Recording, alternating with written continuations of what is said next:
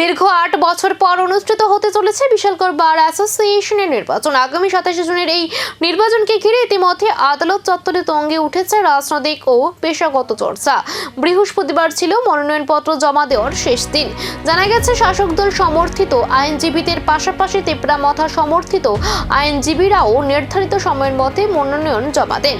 তবে কংগ্রেস এবং সিপিআইএম সমর্থিত আইনজীবীদের পক্ষ থেকে পূর্বে মনোনয়নপত্র সংগ্রহ করা হলেও শেষ দিনে তাদের কাউকে মনোনয়ন জমা দিতে দেখা যায়নি। এরপর থেকে আদালত চত্বরে শুরু হয়েছে নানা জল্পনার কল্পনা।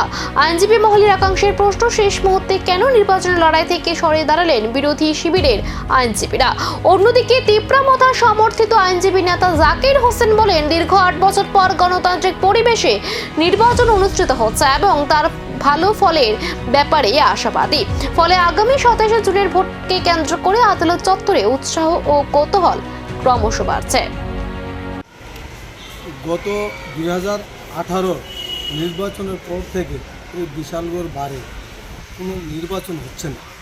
আবার এই বারে একটা উৎসবের মেজাজ শুরু হয়ে গেছে, সবার মধ্যে একটা আনন্দের মহল যে এই বারে ইলেকশন হচ্ছে। তো আমরা ইন্ডিপেন্ডেন্ট প্রার্থী হিসাবে আমি জাকির হোসেন, আমি সেক্রেটারির জন্য মনোনয়নপত্র জমা দিয়েছি।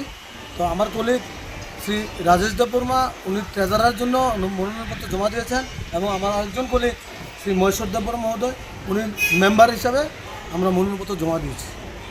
আপনি কি মনে করেন, কেমন আশাবাদী আপনারা? আমরা তো 100% আশাবাদী। আমরা অলরেডি মনোনয়নপত্র জমা দেওয়ার আগ থেকেই ব্যাপক সাড়া আমরা পাচ্ছি। এই ইলেকশনে আমরা যে 3টা পোস্ট নিয়ে লড়াই করছি, অবশ্যই আমরা জিতবো, এতে কোনো সন্দেহের অবকাশ নেই। দীর্ঘ ৮ বছর পর নির্বাচন হচ্ছে, আপনি কি মনে করছেন ব্যাপারটা? দীর্ঘ 8 বছর পরে ইলেকশন হচ্ছে, এটাই তো একটা খুশির মহল।